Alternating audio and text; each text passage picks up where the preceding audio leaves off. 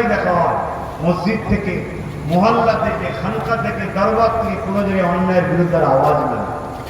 বড় দুঃখ এটা, বড় কষ্ট এটা। একজন কথা বললে তাকে সবাই চেপে ধরবে, আর যদি 1000 ওলামা কথা বলে কজনকে চাপবে? এটা ভাবুন। সমস্ত ওলামা, সমস্ত দ্বীনের খাদেমদের উচিত হকের পক্ষে কথা বলা। আজকে চোখের সামনে কোরআনের বিরুদ্ধে কথা হয়, আল্লাহ শরীক করা হয়, রাসূলুল্লাহ শান মর্যাদা দিয়ে খাটো করা হয়। মসজিদ থেকেও আওয়াজ নেই, খানকা থেকেও আওয়াজ নেই, দরবার থেকেও আওয়াজ নেই। কেন? কেন? দুনিয়াদার হয়ে গেছে। আল্লাহ আমাকে হিদায়াত করো, আল্লাহ আমায় হিদায়াত করো। কেন? আমরা যারা আলেম, ধর্মীয় জ্ঞানের শিক্ষা অর্জন করেছি, আমাদের আবার বিচার আরো করা হবে।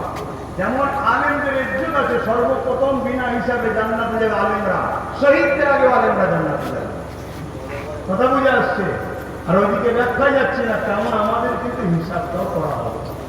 জ্ঞান থাকার পরেও চুপ হয়ে গেছি।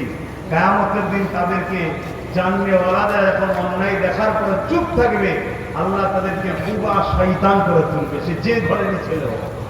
আল্লাহ কারো কাছে ছোট, আল্লাহর কাছে কেউ বড় নয়।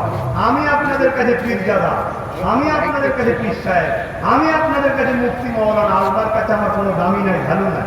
আল্লাহর কাছে আমি একটা তার সৃষ্টি মখলুক।